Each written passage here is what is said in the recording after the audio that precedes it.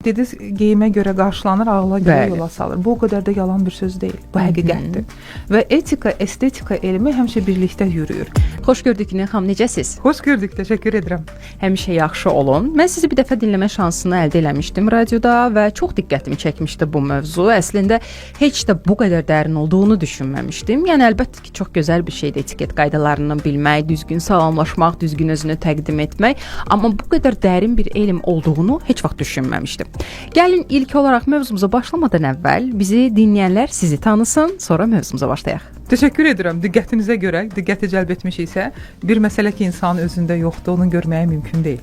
Aha. Demək ki, bizim müştərilərimiz də bizə müraciət edən hər kəsin də içərisində bir ziyalılıq, etika, ədəbli insanlardır.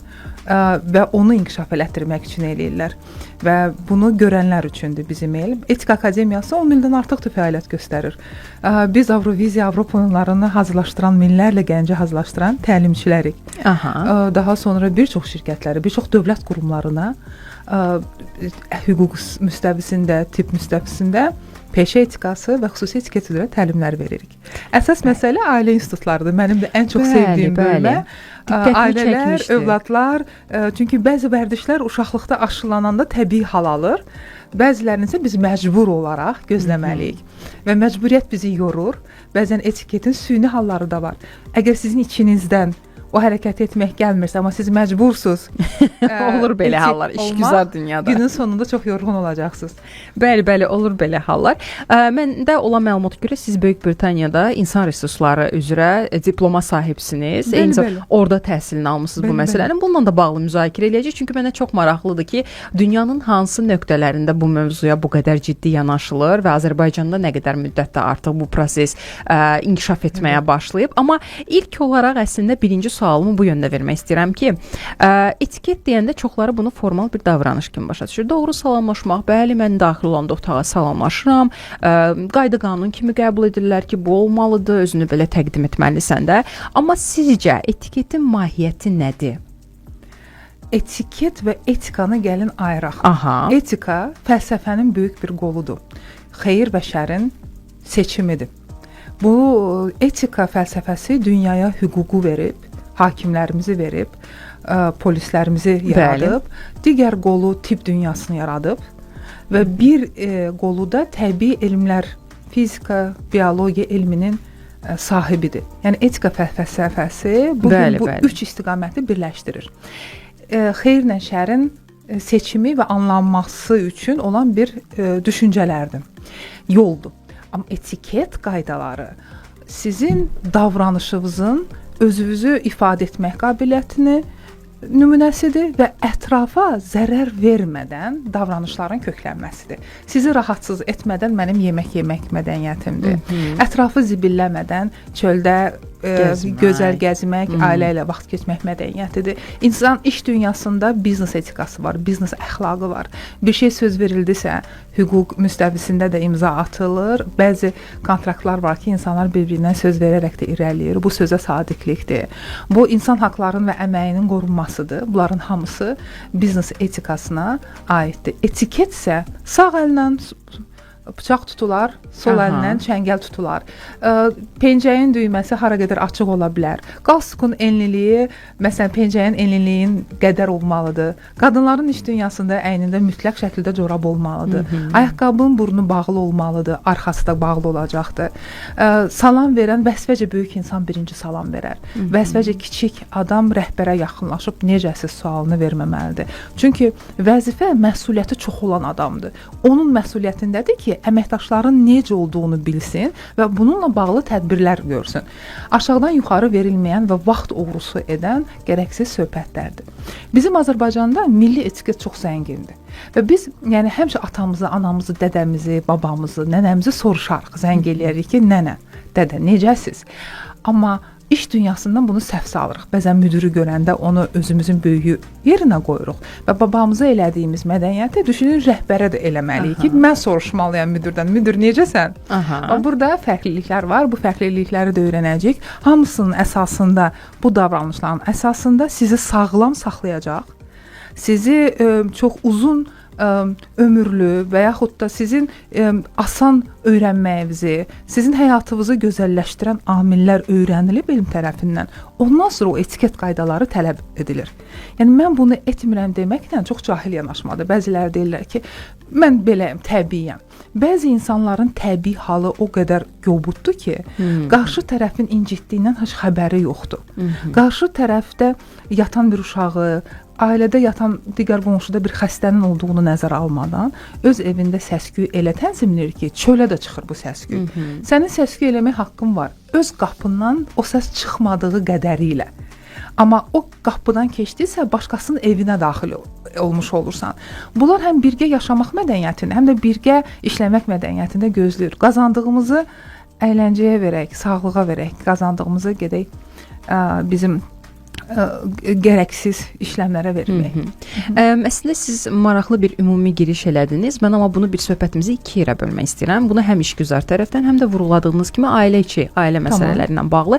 Çünki adətən biz deyirik ki, evin içidir, ailə içidir. Mən istədiyim kimi davranmaq istəyirəm, amma bu da əlbəttə ki, bir sərbəstliyin də bir limiti var. Yəni azadlıq, qəşəng bir kəlmə var, deyir, sənin azadlığın başqasının azadlığı başladığı yerdə bitir. Yəni burada belə bir sərhəd var əslində. Amma birinci sualımı bu yöndə vermək istəyirəm ki, sizcə insan davranış mədəniyyəti onun peşəkar imicinə necə təsir edir? Bəli. Peşəkar imici yaratmaq üçün süni etiketdən bəzən istifadə edirlər. Məsələn, iş dünyasında çox doğru geyinirlər, yemək qida mədəniyyətində bütün çəki-bıçaq atributlardan istifadə edirlər, müqavilələr hər şey yerində. Amma bir insanın haqqına girmiş olur. Biraz pul, biraz daxildə mədəniyyətsiz, biraz acgözlük varsa, rüşvətə meyilliyi də yaradır. Buna görə də burada haqsızlıq sindromları ortaya çıxır. Kiminsə əməyini zəbt eləmək və yaxud da kiminsə qiymətləndirməmək kimi ədalətsiz bir iş mühiti yaranır. Bunun üçün də peşə etiketini gözləməklə bərabər insanın nə dərəcədə dəyərə sadiq olduğunu ortaya çıxardan güclü bir kadrlar lazımdır. Yəni kadrlar şöbəsi, HR-lar deyirik indi, insan sərrafları olmalıdır.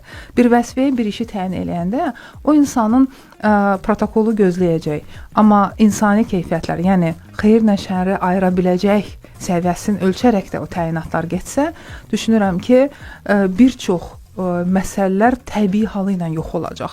Hər kəs işə gülə-gülə gedəcək, hər kəs işdən çıxanda da nə qədər yolda tıxac olsa da o tıxacda belə mahnı dinləyərək, xoş vaxt keçirdərək keçirdəcəklər.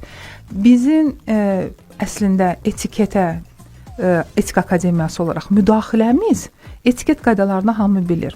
Bu dəyərləri insanların yadına salmaqdır. Yəni, niyə mən vicdanlı olmalıyam? Bax, mən niyə haqqı seçməliyəm? Bu sualı seçilir. Baxın, mən niyə el olmalıyam? Filan kəs səhv yolu seçib uğurludur. Mən düz yolu seçmişəm, amma baxırsınız pulum yoxdur. Mən niyə mədəni olmalıyam? Mədəniyyət zəiflikdir, mədəniyyət kasıbçılıqdır. Bu suallarla biz qarşılaşanda bəzən o qədər qəlbimdə üsyan qalxır ki, və mən çox heyfsiləndiyim bir an var ki, uğuru pulla ölçürlər. Heç kəs gözəl dostluğu uğur hesab etmir. Heç kəs anasının gözəl və 70 yaşında yaşadığını uğur hesab etmir. Heç kəs hesab etmir ki, mən çox gözəl bir məkanda Azərbaycanda yaşamsam, dünya dağılır, amma mən hər işə gedib gəlirəm. Bəzi bu uğurdur. Uğuru yalnız pula bağlamaq bəzi verilişlərin də, belə deyim də, doğru olmayan seçimidir. Uğurdan danışanda ancaq varlı adamları dəvət eləyirlər. Və mən necə varlandım hekayəsi uğur hekayəsinə çevrilib. Bu böyük bir yanlışlıqdır və etika buradan pozulur. Heç kəs lovğalanmır ki, nə qədər insana yardım edib. Heç kəs lovğalanmır ki, anasına hər gün baxır, evdən gələndə mütləq şəkildə anasına çörək alır, sonra öz evinə gedir. Bu böyük bir mənim üçün uğurdur. Bu uğuru paylamaq lazımdır. Bəli, pulun özü uğurdur, şöhrət də uğurdur. Amma huzur da, mədəniyyət də böyük bir uğurdur. Düşünürəm, uğurun çox siması var. Bunu yalnız pula bağlamaq bütün tərəziləri cəmiyyətdə pozub. Bugün efirləri, gördüklərimizi, bizim dinlədiyimiz musiqini, bizim dinlədiyimiz şairləri, bütün zövqü dəyişib. Çünki uğur pula köklənib, qızıla yüklənib. Bunun üçün də bizim akademiya olaraq beyin alimləri ilə çox sıx əməkdaşlıq eləyirik. Bu beyin alimlərini biz həm Azərbaycanda, həm xarici ölkələrdə, daha çox bu institutlar İngiltərədə, Amerikada və Yaponiyadadılar. Son 10 ildə bir çox dövlətlər etika, neyroetika institutları açıblar. Milyonlarla pul xərcləyirlər. Mənə bu sual, mən akademiyanı 10 il qabaq açanda dedilər Günel xanım, çox geri və klassik bir üsul götürmüsünüz. Sualın biri oydu. Sualın biri oydu ki, hansı ehtiyacdan doğuldu ki, belə bir akademiya açasınız? Bugünkü qədər etikaya düşünürəm ki, bundan sonra da çox ehtiyac olacaq. Buna qədər ehtiyac olmayıb. Bundan sonra insanların bütün xəstəliklərin, bütün hər ikinci evliliyin pozulmasının, bugün dünyada baş verən bütün uşaq ölümlərinin arxasında xeyirlə şərin səhv tarazlığı olur. Yəni mədəniyyətsizliyin və digər ədəbsizliyin nəticəsidir ki, müharibə gedir, bu qədər sivil ölkəyi, amma uşaqlar ölür müharibədə. Halbuki biz çoxdan sivilləşmişik və bir uşağın müharibədə ölməməsindən ötürü yetərincə hüquq institutları var ki, bunu əngəlləsin. Demək ki, xeyir və şər etika hələ tam yerində oturmayıb. Bundan sonra xaosun gətirdiyi bir cəmiyyətdə genetik sağ qalmaqdan ötürü, yəni sağlam uşaqların dünyaya gəlməsindən ötürü əl-ayağı düz, əqli düz, ciddi etika institutları işə salınıb. Çünki genetik alimlər isbat ediblər ki, məsələn birini deyim, hər pis söz, təhqir istifadə edilən ailələrdə, kim ki hətta əzizləyir belə təhqir edici sözlərlə, genetik dəyişiklik əmələ gəlir. Yəni xromosomlar qısalır. Bu da həmin insandan gələn nəsli, yəni doğulan nəsli insani həyatda qalmaqdan ötürü qolları qısa, ayaqları qısa edir. Yəni bədən çirkinləşir. Bir insanın müəyyən bir proporsiyaları var. Və getdikcə heyvani instinktlər çox olduğuna görə pul, ehtiras, yatmaq, yemək, buna çox önəm verdiyimizə görə siz yeni doğulan uşaqların bərabər proporsiya ölçüləri dəyişir. Bunu bütün dünya genetikləri siqnal vurur. Ayaqlar qısalıb, bədən uzanıb. Heyvani fiqurlar əmələ gəlir. İkinci bir məsələ utanc hissinin yox olması. Bir uşaqda ki və gənclərimizin əksəriyyətində artıq utanc hissinin yox olması, yəni bir məsələyə görə daxili vicdanın utanc adıdır. Baxın, başqasını utandırmaqdan söhbət getmirəm. Bu pis məsələdir. Amma utanc hissinin özündə olmadığına görə insanda əqli geriləmə olur. Söyüş, təhqir söyülən ailələrdə yeni doğulmuş uşaq o sözləri eşidirsə, ciddi şəkildə əqli gerilməsi olur. O uşağın uğurlu məktəb bitirməsi, əlaçı olması, yaddaşı, ədalətlilik tərəzisi, ümumiyyətlə dünyanın qavraması çox gecikir. Buna görə də bizim nəinki əxlaq söhbətindən bu keçib artıq genetik eybəcərliyə. Biz etik olaraq eybəcər qeyri-sağlam məsələlərə deyirik. Yəni burnu uzun, qulaq uzun, nə bilim boğazı qısa insanlara demirik. Sağlam olmayan hər bir şey təbiətdən kənar və məhv olmağa doğru getməlidir də. Bu da belədir. Bu çox qəribə və sərt səslənsə də, indi hər ananın da müxtəlif xəstəliklərlə doğulan uşaqları var. Onların nəticəsində hesablanır ki, həmin ana çox tərbiyyəli ola bilər, amma nənəsi, babası, dədəsini araşdıranda görürsünüz ki, ciddi genetik təhqir, söz, davranış pozuntusu olub ki, gözəl nəsil getdikcə çirkinləşir. Buna görə də mədəni olmaq məcburiyyətindəyik. Şokdayım. Əslində sual vermək istirdim ki, bu sonradan qavranıla bilən bacarıqlar siyasına, amma belə başa düşdüm ki, bu genetik tərəfdən gəlir. Bəli. Aha. Bizim hər dediyimiz söz, sizin hər bugünkü davranışınız, sizin hər sakit içdiyiniz çay, o mütləq şəkildə ayaqlarınızın düzgün qoyulması neyrohakim dərhal özümü düzəltdim. Vərdişlər elmi sizin bədəniniz, sizin fikirlərinizi səliqəyə salır. Məsələn, əlinizi yanınıza salsaz, bədəninizə yaxın qoysanız, sizin nitqinizdə nəzakət və daha çoxalacaq. Əlinizi daha geniş saxlasanız, sizin nitqinizdə, fikrinizin ifadəsində qobudluq daha çox ortaya çıxacaq. Negativ tərəfi daha inqilabi fikirlər deyəcəksiniz. Bu bədən dilidir və bədən dili ona görə etiket qaydalarında belə otur, belə dur deyiblər ki, sizin fikirlərinizə və daxili mədəniyyətinizə təsir edir. Qısa yoldan belə deyə bilərəm. Məsələn, dabanlı ayaqqabı geyinən bir qadın, platyada deyirik, belə gözəl bir paltar geyinən, əlbisə geyinən bir xanım, yerişi ilə, fikirləri ilə eyni qadın, oversize, geniş geyimli və daha kobud ayaqqabı ilə yerişi, davranışı və fikirləri eyni deyil. bir dənə siz elə özünüzü götürün. Elə bir obraza girəndə, keçmiş Audrey Hepburn obrazı deyirəm. Kiçik Şahzadə obrazına girəndə bizim fikirlərimiz də fərqli olur. Daha nəzakətli davranırıq, rəqsimiz fərqli olur. O ətəkdə, o ayaqqabıda. Amma daha geniş, daha rahat ayaqqabı geyinəndə insanlarla fikirlərimizdə də daha rahatlıq, daha kobudluq olur. Buna görə də etiket qaydaları həm də etikanı, yəni daxili mədəniyyəti də formalaşmasına kömək edir. Bəli, Biznes Planet yenidən efirdədir. Buradakı bugünkü mövzumuz çox maraqlıdır. Bizi dinləyənlər varsa nə gözəl, yeni qoşulanlar varsa onları da salamlayırıq. Söhbət etiket qaydalarından gedir. Yəni necə salamlaşmaqdan tutmuş iş görüşməsində davranışa. Əslində mən bu şəkildə giriş elədim, amma burada o qədər dərin söhbətlər gedir ki, söhbət təkcə salamlaşmaqdan getmir. Və qonağım da əlbəttə ki, Günel İbrahimdir. Onunla bu mövzuda söhbət eləyirik. Günel xanım, maraqlı məqamları vurğuladınız əslində. Yəni mən heç bu qədər dərin düşünməmişdim ki, bu bizim genlərimizdən gələn bir davranışdır. Bəli, eşidirik ətrafımızdakı olur belə insanlar, siz dediyiniz kimi ailecə zəngin deyirlər pul baxımından, amma insan o qədər zəngindir və o qədər gözəl davranış edir ki, biz düşünürük ki, bunlar o zadələrdən, belə möhtəşəm, yəni əvvəldən gələn böyük ailələrin bir nümayəndələridir. Çünki artıq davranışlarında, düşüncələrində, hətta o deyirlər dünya görüşü məsələsində də onda belə fərqlənirlər. İndi siz deyəndə həmən də o necə deyirlər, puzzle'lar üst-üstə oturdu ki, aha, demək ki, bu davranış boşuna yaranmayıb. Çünki elə olur ki, bir ailənin içərisindən iki eyni övlad, eyni valideynlərlə tərbiyə görülürlər, amma tamamilə bir-birindən fərqlənirlər. Doğrudur. O genetik alimlər onu çoxdan artıq isbat ediblər. Təbii ki, bu biologiya elmidir və insanların təbii ki 4 uşaq ola bilər. Hər bir nənəmizə, babamıza, bir dayımıza oxşaya bilərik. Lakin ona görə hər birimiz ayrı-ayrı özümüzün şəxsi dəyərlərin artırılmasına fikir verməliyik ki, biraz dayıda da yaxşı xüsusiyyətlər çox olsun, biraz bibidə də yaxşı xüsusiyyətlər çox olsun ki, ümumiyyətlə bütün nəsil ortaya çıxanda gözəl bir nəsil çıxsın ortaya. Həm fiziki cəhətdən gözəl, fiziki gözəllik daxili əxlaqa bağlıdır. Bu da mənə təəccüblü gəldi. Bəli, bunu isbat olunmuş bir məsələdir ona görə. Və yenə deyirəm, gözəllik bir nömrəli məsələ sağlamlıq nöqteyi nəzərdən qiymətləndirilir. İkinci bir məsələdə, bilirsiniz, mən nə edirəm o ağıllı canavarı ki, 700 bal yığıb, amma anasına qarşı evdə çox hörmətsiz davranır.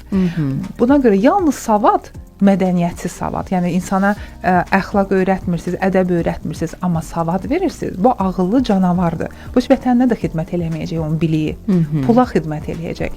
Bu nöqteyi nəzərdən biz Avroviziya oyunlarında da, Avropa oyunlarında da gəncləri seçərkən onların çox dil bilməklərinə deyil, onların vətənə qarşı olan sadiqliyi, onların saata müvafiq deyil, o qonağın mütləq şəkildə buradan ayrılanda Azərbaycan haqqında olan rəyin %100 yüksək olması ilə bağlı ürəyi döyünən gəncləri seçirdik. Bu çox önəmlidir. Ola bilər ingilis dilini yüksək səviyyədə bilmir, amma ən yüksək səviyyədə bilən gənc bəlkə könüllü olaraq seçilmirdi. Çünki içində o dəyəri tapa bilmirdik. Bu önəmlidir və bizi həyatda saxlayan birinci bioloji statusumuz var, o da insan olmaq statusudur. Digər hamısı peşədir, müxtəlif şəkildə. Və adi həkim, ikisi də yüksək bir savaddır. Biri ədəbli və yüksək dəyərə sahib həkimdir. Biri oradan biraz əksikdir. Ona görə yalnız yüksək, siz demişkən cümlənizi başlayanda çox gözəl başladınız, bu yalnız diplom deyil. Bəli. Bu diplomun dünyaya töhfəsi nə qədər olacaq? Bunun üzərində çox çalışmalıyıq. Elə insanlar var ki, kiçik bir peşənin sahibidirlər, amma dünyaya o qədər töhfəsi var ki, bağban, bugün kapitalist dünyada bağban kiçik iyerarxik mərtəbəyə düşüb. Bəli. Lakin vaxt var idi, bütün dünyanı, istər Avropa olsun, istər Azərbaycan olsun, ən çox varlı insanlar bağ salanlar olub. Elə bağlar salıblar ki, dünyaya elə bir ki, möcüzə olaraq tarixdə qalıblar. Və bugün biz o bağbanların elmini, biliyini itirmək üzrəyik. Onları da məsələn ucaldaraq ən çox təbiəti işi o görürlər. Mənim üçün insana təbiətə ən xeyirxah işlərdən biri həkimliklə bərabər bağbanlıqdır. Bu dəyərləri görə bilmək qabiliyyəti düşünürəm gənclərimizə və uşaqlarımıza məktəblərdə aşılanmalıdır. Ailədə ata bir uğurdan danışanda, ana da verilişlərə baxanda, məsələn, verilişlər var. Bizim yanımıza bir tələbə qızımız gəlmişdi. Müəlliməmizə dedi ki, müəllimə, siz bugün çox çirkinsiniz. Siz gedin əyninizi dəyişin. Ya da maska taxın üzünüzə. Bizim müəllimə də qorxaraq çölə çıxaraq dedi, Günel xanım, tələbəm belə bir söz deyir. Mən hazır deyildim belə bir aqressiya, mən necə davranım? Dedim tamam biz həll edərik və valideynlərinə xəbər göndərdim ki, evdə anası baxdığı verilişləri uşağın yanına baxmasın. Demək ki, valideyn evdə qiymətləndirmə verilişlərinə baxır. Dəb dünyasının verilişləri var. Sən bugün zövqsüzsən, sən bugün zövqlüsən. Get paltarını dəyiş. Çünki cümlə onu xatırladır. Və biz də təbii ki, mən müəllimlər olaraq bir çox verilişlərə baxırıq. Rəy bildirəndə bilək və o verilişin hardan gəldiyini bilirəm. Yəni baxdığımıza, gördüyümüzə, yediyimizə belə təsir eləyir bizim davranışımız, uşaqlarımız. Təbii ki, bu məsələ düzəldilə bilən məsələdir. Elə onu soruşacaqdım ki, bu davranış dəyişilə bilən davranış olabilir. Dəyişilə bilən davranışdır. Bütün yaşda davranış, uşaqlıqda daha tez olur. Böyüdükcə peşmançılıqdan doğan bir hiss yaranır və özünü sıfırlamaq, yenidən bir mən yaratmaq psixologiyası təsdiqlənib. Transurfing deyirlər buna. Əslində buna Nəsrəddin Tusi 16-cı əsrdə çox gözəl ağıl gözəlliyi demişdi. Hadisələri olduğu kimi görmək qabiliyyəti. Öz kompleksləri və keçmişini yansıtmadan yeni həyata bir hadisəni qiymətləndirmək qabiliyyətidir. Bunu bir dəfə də digər verilişdə demişdim. Türk Qızıl Ayında təlim alırdıq və bizim üzümüzə bir ləkə çəkmişlər. Dedilər ki, bu molda bu mərtəbədə gəzin və rəyləri toplayın. Düşündüm ki, empatiya hissini yoxlayırlar. Ümumiyyətlə, yaralı insan cəmiyyətdə nə dərəcədə özünü hiss eləyir. Və mən gəzəndə təbii ki, müəyyən baxışlara rast gəldim. Bir insan hətta mənə itələyərək dedi ki, sən get gözlə falan yerdə.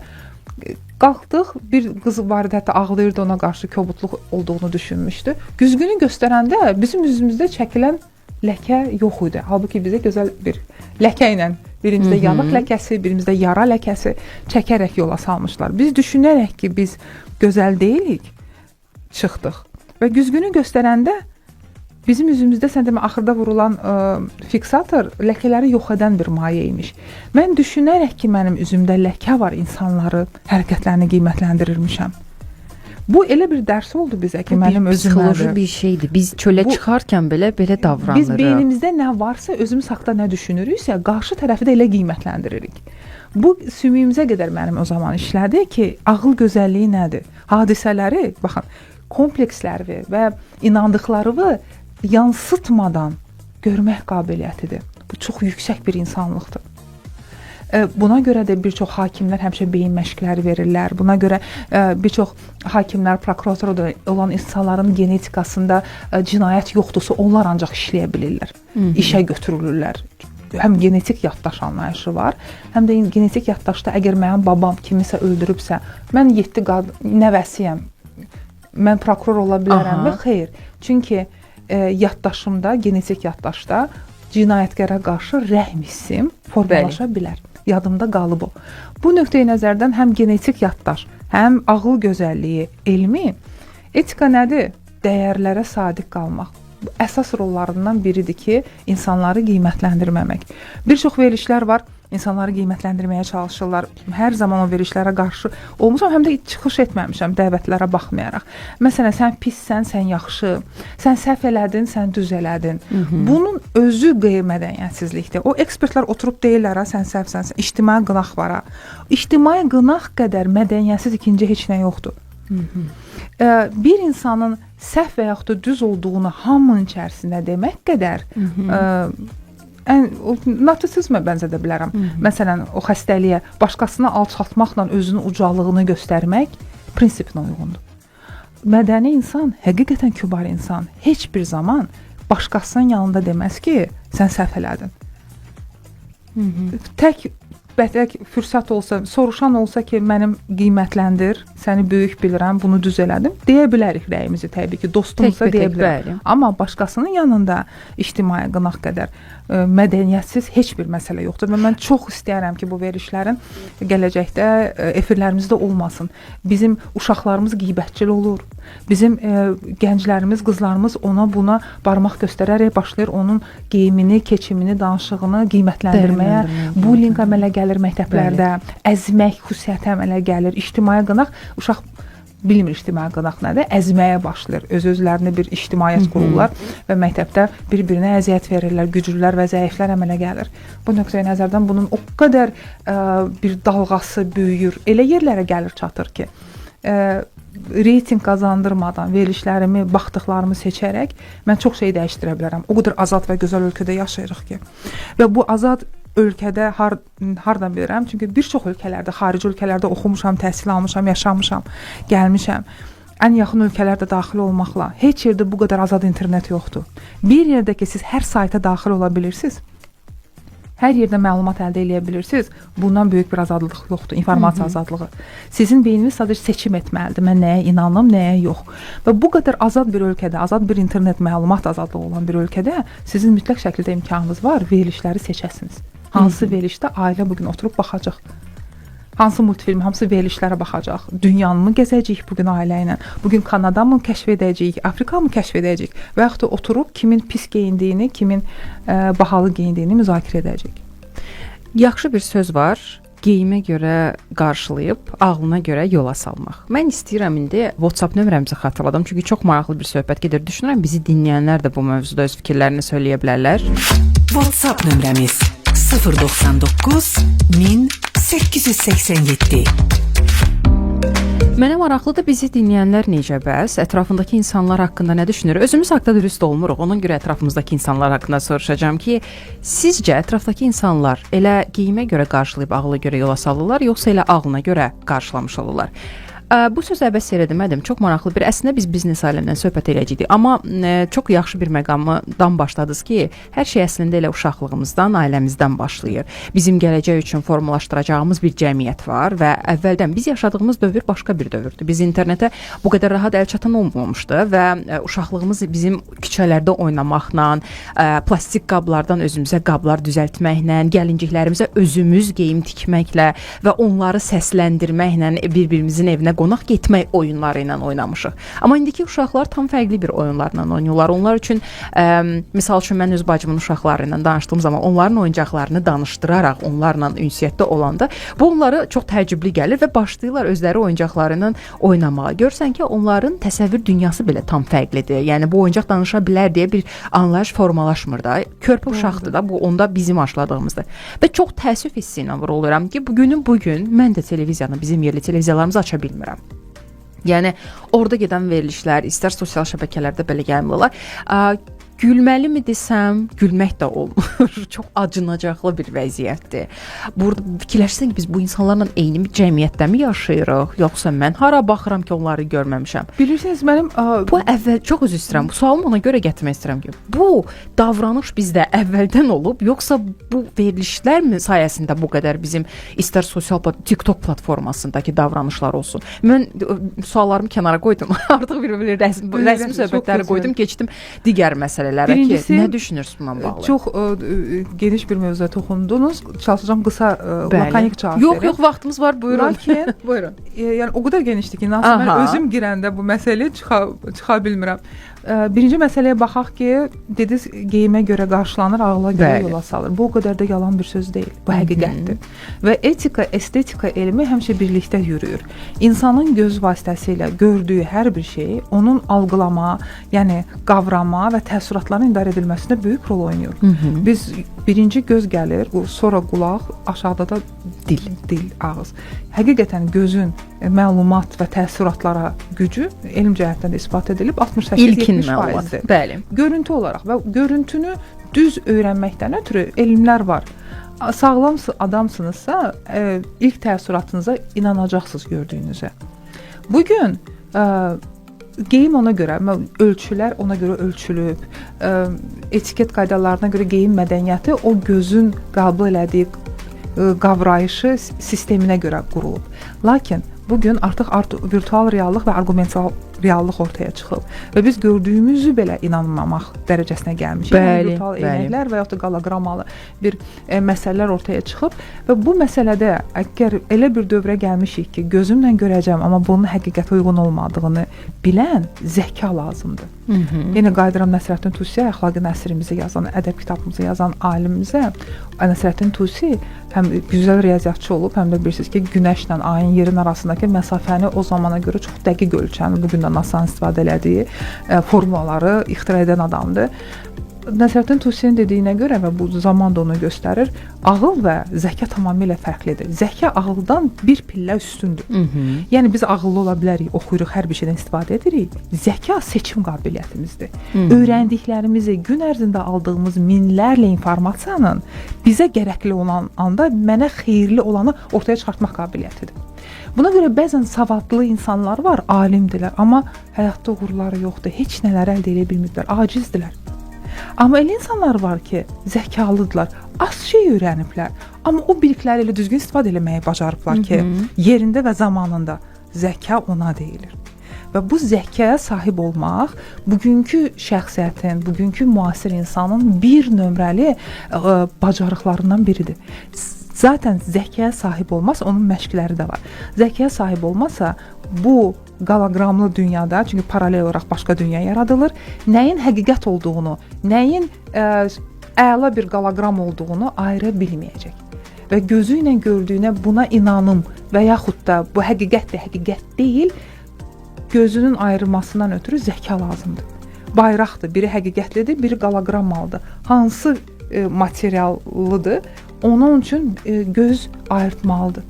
Və bunun üçün zəka lazımdır. Zəka olmasa bütün gördüklərinə informasiya təhlükəsizliyi yox olur. Zəkanın da məşqləri var. Elə onu soruşacaqdım. Uşaqlara məsələn kiçik bir oyunlardan biridir. Minlərlə, yüzlərlə bir əşya, gözəl bir hədiyyələr alırıq da uşaqlara. Bəli. Hamısını qoyursunuz oyuna və deyirsiniz ki, bunlardan mənə bina tik. Və uşaq o oyuncaqların arasında bina üçün gərəkli məsələləri seçə bilirsə. Yox, əgər yumru nəsə götürür və tökülürsə, demək uşaqda zəka problemi var. Seçə bilmir. Buna indi bəs edirlər, kreativ yanaşmaq deyirlər. Kreativ deyil, bu standart beyin məşqləridir ki, uşaqlıqdan başlayır. Yox, yəni dairəni götürsə deyir ki, bu onun kreativliyidir. Yəni bu artıq başqa cür baxır, fərqli baxır məsələyə. Mən ona bəzən də infotsiqansa deyirəm də, yəni bu əməli başlı məlumatın yanlış bir qulaqdan digərə ötürülüb və sonda absurd bir məsələyə gəlib çatmasıdır. Elmi cəhətdən, milli təhlükəsizlik cəhətdən və mən tam biraz inanclı adamam, dini cəhətdən bir məsələ öz əksini tapmayıbsa, şəxsən bizim Etika Akademiyasının proqramına daxil olması mümkün deyil. Aydındır. Buna görə bu 3 məsələ istifadə edilibsə, heç birində nə milli təhlükəsizliyimə, nə mənim mənəvi dəyərlərimə, nə də ki, elm bunu isbat edibsə laboratoriyada, bu artıq təcrübədən keçibsə, bu artıq proqrama daxildir. Biz ona görə həm Ədliyyə Akademiyasına təlimlər veririk, biz Polis Akademiyasına təlimlərimizi veririk, Dövlət Sərhəd Xidməti Akademiyasının təlimçiləriyik, dövlət qurumlarını saya bildiyim qədərilə də. Bir çox dövlət qurumları əlavə olaraq şirkətlər, CEO-lar, təsisçilər, bir insanın milyonu var, milyardı var, bəlkə də indi Azərbaycanda milyonçu var, milyarder olduğunu bilmirəm. Amma onların xaosun idarə edilməsində bir nömrəli bacarıqları nə öyrədirik? Həmin o ağıl gözəlliyini, hadisəni olduğu kimi görmək qabiliyyəti, bir də zəkanın itməməsi. Yəni minlərlə bir CEO-ya, təsisçiyə məlumatlar gəlir işçilər tərəfindən. Onun hansının həqiqət, hansının şirkət üçün xeyirli olub olmamasını seçmək qabiliyyətidir. İnanırsınız ki, bu etikadır. Çünki yalnız yüksək dəyərlərə tərəzisi köklənmiş insana xeyri seçib və görə biləcək. Maraqlı məqamdır. Yaxşı, bəs uşaqları qoyuram kənara. Biz böyüklər üçün bunu inkişaf elətdirmək üçün hansısa bir praktik şeylər var, yoxsa yox? Bəli, praktik məşğələlər var, beyin məşqləri var, praktik məşğələlər var və zəka üçün təbii ki, biz beyin məşqləri edirik. İndi burada bunu göstərmək və izah eləmək biraz çətin olacaq. Çünki hansısa birini mümkündürsə, mənə də maraqlıdır ki, bizi dinləyənlər də bəlkə bu məşğələləri edərlər hansısa birini. Məsələn, barmaqlardan başlayaq. Barmaq enerjisidir. Siz 3 dəqiqədən 7 dəqiqəyə qədər barmaqlarınızı bir-birinizə toxunaraq 3 dəqiqədən az olmamaq şərti ilə bu vərdişi əldə edə bilərsiniz. Deməli, bütün barmaqları bir-birinizə vurursunuz. Bəli, hamısını bir-birinə. Bu amma 3 dəqiqədən az olsa xeyri yoxdur. 7 dəqiqədən çox olsa da xeyri yoxdur. 3 dəqiqə 7 dəqiqə arasında olacaq. Sizə asan görsənir, amma 1 dəqiqədən sonra əliniz qalxmayacaq, barmaqlar getmir. Yoxlayacağam bunu. Onun hansı dəqiqədən sonra ki, barmaqları yorulur, bilin ki, birinci məsələ beyindən ətalətliyi, tənbəlliyi yığışdırmaqdır. Biz başa düşürük ki, bir məsələ bir dəqiqəyə həll olunmursa, bizə ağır yük gəlir. Məsələn, mənə indi zəng elə. O asandır, durub zəng eləyə bilərik. Düz get mənə buradan aşağıdan o yolu keç, sağ tərəfdən ki bir içkini al, gəl. Bu 5 dəqiqədən çoxdur deyə mənə böyük iş gəlir.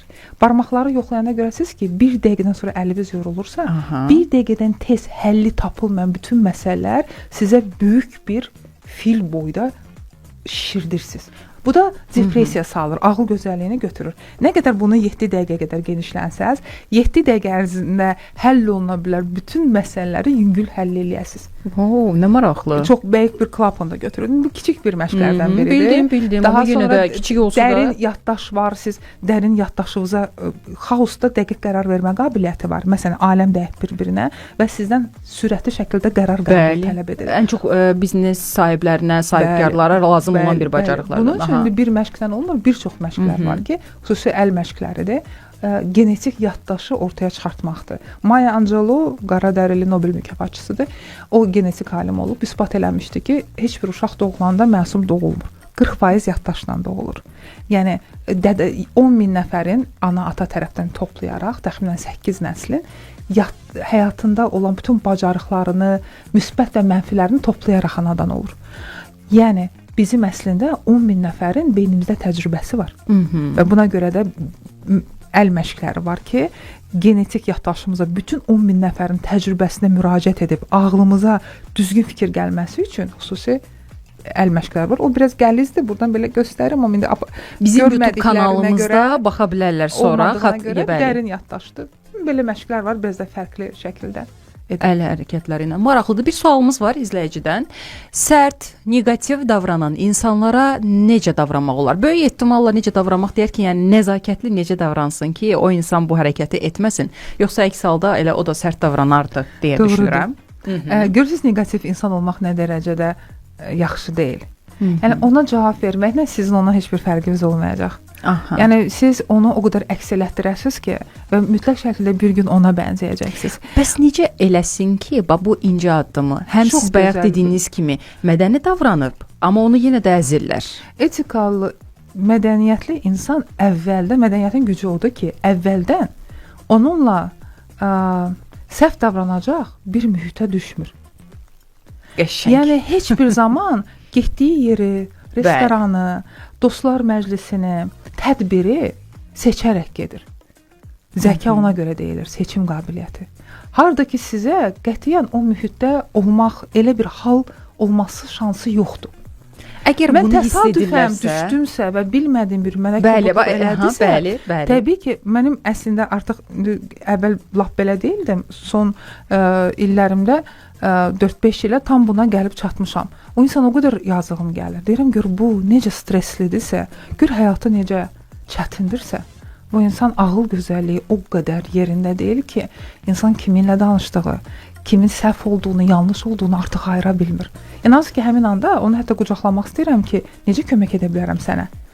Ya da ki, o mühitdən ayrılıram. Çünki mənim ona cavab qaytarmağım bu o deməkdir ki, onun qurbanına çevrildim. Maraqlı bir məqamı vurğuladınız. İndi bunu iş dünyasında mən biraz da danışmaq istəyirəm bu mövzuyla bağlı ki, biz məcburuq bəzən ki, daha doğrusu mən heç vaxt özümü məcburiyyətdə hiss etməmişəm. Sizin dediyiniz kimi də əgər hiss etmişəmsə ki, o mühit və o əhatə mənə görə deyilsə, heç vaxt o mühitə daxil olmamaya çalışıram. Amma olur bəzən, o belə bir söz var, sən əslində o insanın nə demək istədiyini çox gözəl bilirsən, amma o hamının içində sənə, necə deyərlər, belə mədəni formada söz atır və sən ona mədəni formada cavab verməlisən, amma siz yenə də salamlaşmaq məcburiyyətindəsiniz. Bu məcburiyyət çox gözəl, sizin savadlılığınız burada sizi işə sala bilər. Çox gözəl atalar misallarımız var, məsələn. Çox gözəl şairlərdən sitatlar var, namərdlərə, yalançılara aid bir misal ola bilər. Deyib sonra dediniz ki, icazənizlə. Və mən gözəl bir şeirlə tutalım sizi müraciətinizə cavab verə bilərəm. Və yaxud gözəl bir atalar sözü var. Nə olan yerdə namərdə işin düşsün, mərdə işin düşsün, namərdə işin düşməsin ki, məsələlər indi başa düşdüm o atalar misalını. Təşəkkür edirəm bunu mənə yadıma saldığa görə. Bilirsiniz, mədəni də tənqid etmək olur, təhqir etmədən, küfür etmədən. Elə atalar sözləri, elə Nəsimimiz, Nəimimiz, Nizamimiz elə misallar gətirib ki, deyir, cütsüz saftum səbsə torpağa əyər, şübhəsiz torpaqdan saftum göyərər. Biz bugün bayaqdan danışdığımız genetik alimlərin məsələsində bu Nizam Gəncəvi görün, şeirində 12-ci əsrdə. neçə dəfə özdə bu fikri bir çox əsərlərində başqa cür tamamlayıb, nə qədər önəmlidir. Cütçünün saf torpağı. Yəni biz nə qədər saf və düzgün enerjiyə sahib olmalıyıq ki, bizdən də doğulan nəsil bizə ehtiramlı qocalar evinə deyil, varımıza, dövlətimizə görə atanın əlini öpməsin. Sevdiyinə görə başının üstündə gəzdirsin. Bunu başqa cür, çünki varı seçən insanın dərdi zaten illərə döndükcə böyüyəcək. Huzuru seçən insanın da xoşbəxtçiliyi yaşa dolduqca yaşayacaq. Biri əvvəldən xoşbəxt olur, biri sonda. Güney xanım, səmimi söhbət hissəsini niyə vurdum? İstəyirəm burada belə bir sual verim sizə ki, mən həmişə 2-ci və 4-cü günlər xanımları, işgüzar xanımları dəvət edirəm və onlarla söhbətimizin sonuna yaxın hər zaman bizim cəmiyyətdə qarşılaşdığı stereotiplərlə, çətinliklərlə danışıram. Əbəs yerə sizə də bu sualı verməyəcəm. Həm sizin öz sahənizlə bağlı mənə maraqlıdır, həm də cəmiyyətdə artıq kifayət qədər 10 illik etiket akademiyasının olması heç də az bir təcrübə deyil. Əminəm ki, çox maraqlı təcrübələriniz var bu baxımdan. Xanımlarla, yəni qadınlarla və kişilərlə bu etiket qaydalarındakı fərqlərdən və ümumilikdə əhatənizdə olan bu stereotiplərdən danışmağınızı istəyirəm. Burada özüm də vaxtı ilə BMT-nin gender bərabərliyi üzrə təlimçisi olmuşam. Bəli. Hər zaman deyirəm, gender bərabərliyində bəzən səhv anlayırlar. Həqiqətən qadınla kişi bərabər deyil, ümumiyyətlə müqayisə deyil. Hərəsi bir sahədə güclü və bir sahədə zəifdilər. Amma gender bərabərliyi haqlar bərabərliyidir. Oxumaq, yaşamaq, seçmək hüququnun hər iki tərəfə bərabər verilməsi bərabərliyidir. Ona görə bu prinsipi də nəzərə alaraq çalışacağam balanslı şəkildə danışım. Qadınlarda mən etiket qaydalarında ciddi səhvlər görürəm. Geyim mədəniyyətində, danışıq mədəniyyətində aqressiya var. Bəlkə də bu pul qazanmağımızla əlaqəlidir. Kişi enerjisinə dönürük, amma kişi olmadığımıza görə təbiətimizə zidd hərəkətlər edirik. Bu da qəzəbləndirir. Konfliktlik. Əslində hər bir qadın tənbəldir. Bu əbəs yerə deyil məncə. Bu indi tarix belə gətirib oldu. Biz işləməyi seçmək istəməmişik. Bəli, biz qabiliyyətliyik, biz savadlıyıq, biz dünyaya çox ixtiralar bəxş etmişik. Çox. Amma bir Mozart, bir Beethoven bir qadın ola bilməyib. Amma bu məsələdə razı deyiləm sizdən. Doğrudur. Olmaya bilərsiniz. Amma bir ixtiraçı qadın ola bilər. Məsələn, Marie Curie o gün mən paylaşmışdım. Bəli. Amma nə oldu o? Başa düşürəm, amma Nobel qazanan ilk xanımdırsa, demək ki, şərait var idi və ona çalışmışdı. Var, amma ölmədilər ixtiralarından. O qədər ixtiranı etdi, özü öz ixtirasından zəhərləndi. Bilirsiniz, nədən rəhmətə gedib? Çünki biz qadınlar çox iş görəndə özümüz canımızı veririk də o iş ona görə. Canımızı da qoyuruq. Yəni, ağıl deyiriksə, zəka deyiriksə, seçmə qabiliyyəti. Bizdə qurban enerjisi çoxdur. Bu nöqteyi nəzərdən qurban enerjisi olan enerji nəsə amplitudası çox çatmır. Uzun müddətli bir şey eləsin. Bizim gücümüz tamamilə başqa tərəfdədir. Qadın desəz ki, baş əyilən qadın pərəstiş o şəfa daşıyır. Şəfa və məlahət daşıyan qadın güclü sağaltma enerjisinə malikdir. Bizim yanımızda bütün güllər açmalıdır. Yaralı əskər sağalmalıdır. Övladımız xəstələndisə dirilməlidir. Yıxıldısa yarası tez sağalır. Bir ailədə çoxlu xəstə varsa, orada problemli qadın var. Amma burada çox güclüyük. Məndən olsa təbiətin ən birinci verdiyi loğman qadındır. Əlbəttə güc yarışı etmirik. Dəyər söhbətinə gəlsək, bəli. Dəyər söhbət. Etiket qaydalarında qadınlarımız zəifdir, düşünürəm ki, həm geyimlərinə, həm danışıq mədəniyyətlərinə, geydikləri aksesuarlara, telefon nitq mədəniyyətlərinə, iş dünyasına fikir vermədilər. Kişilər o barədə çox daha rasional və düzgün geyinirlər və davranırlar. Amma etika, dəyər baxımından söz verdim, sözümdən dönməyim. Mənim qarşılaşdığım məsələdə qadınlar daha etibarlıdır.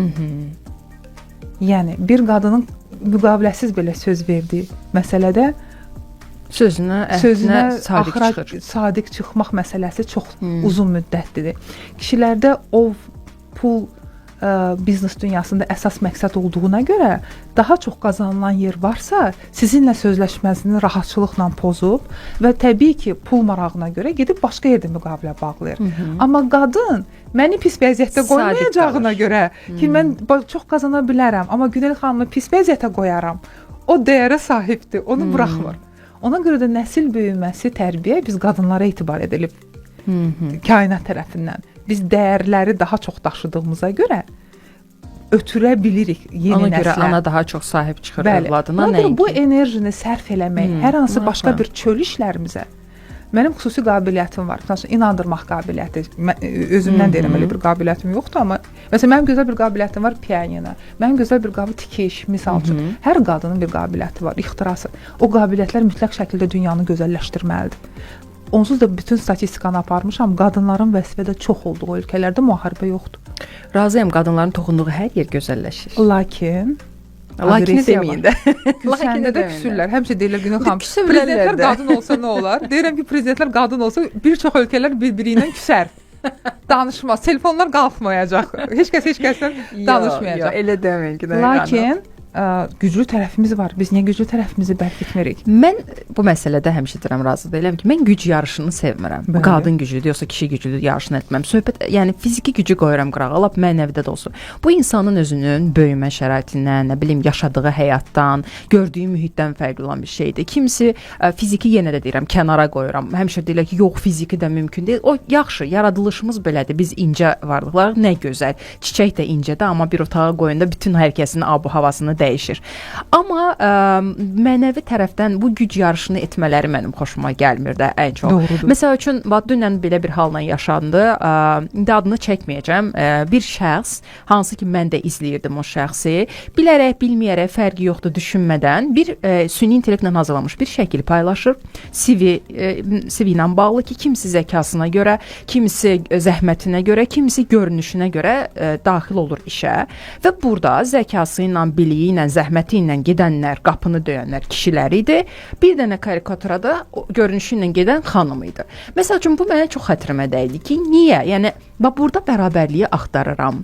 Demək ki, bu da bizə kodlaşıb ki, illah da bu şəkildə düşünmüş oluruq. Da bu mənim xətrimə dəyir. Ona görə də çalışıram ki, xanımların tərəfini mənim tutmuş olum. səsləndiyim heç bir fikir Yox, mən sizdən o manada demədim. Sizin bu fikrinizdə heç bir ziddiyyət yoxdur. Sadəcə mənim müşahidələrim göstərir ki, qadın çöldə daha zəifdir, içəridə daha güclüdür.